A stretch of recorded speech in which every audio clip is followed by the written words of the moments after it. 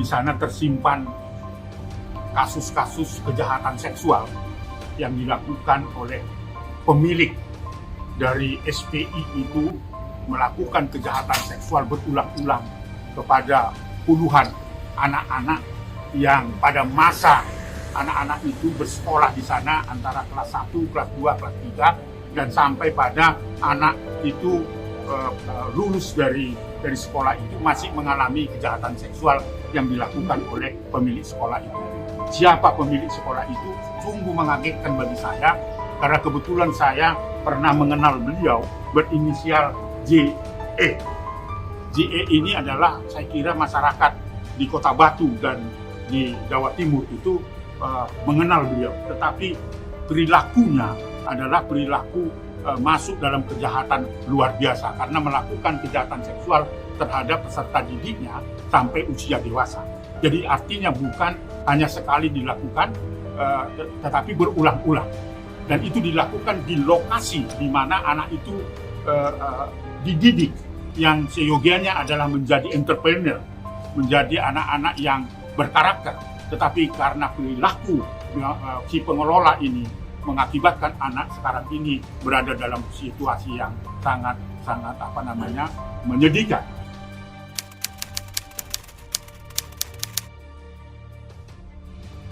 Ketika kita bicara tentang pelaku kejahatan seksual, kita bukan cuma bicara kekerasan seksual, tapi kita bicara kejahatan.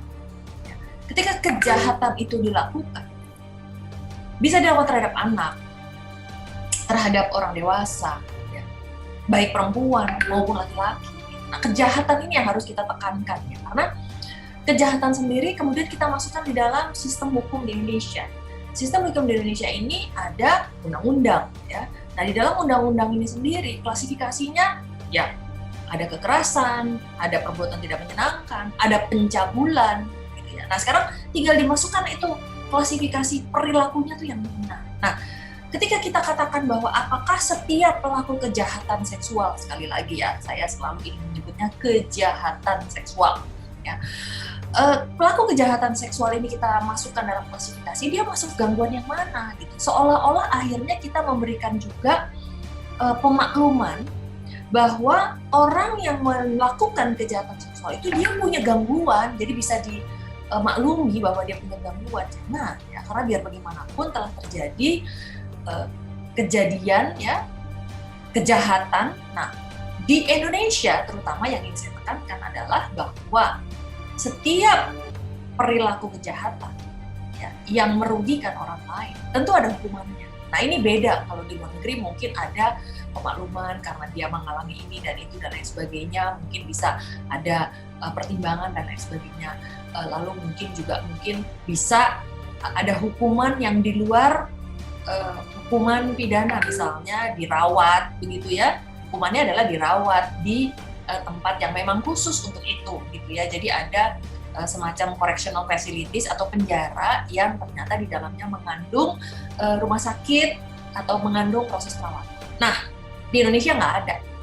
Gitu ya. Jadi biar bagaimanapun setiap kejahatan ketika sudah melakukan atau memenuhi kejahatan tersebut, itu pasti sudah langsung ada hukumannya, ya.